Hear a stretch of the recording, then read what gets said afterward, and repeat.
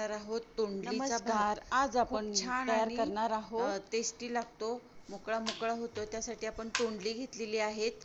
तोंडली बारीक चिरून घ्यायची आहेत, उभे चिरून घ्यायचे आणि छान अशी चविष्ट तोंडलीची राईस तयार होतो। तोंडली चिरून घ्यायची झाली आहेत। कढई गरम व्हायला ठेवायची। कढई मध्ये तेल टाकायचे।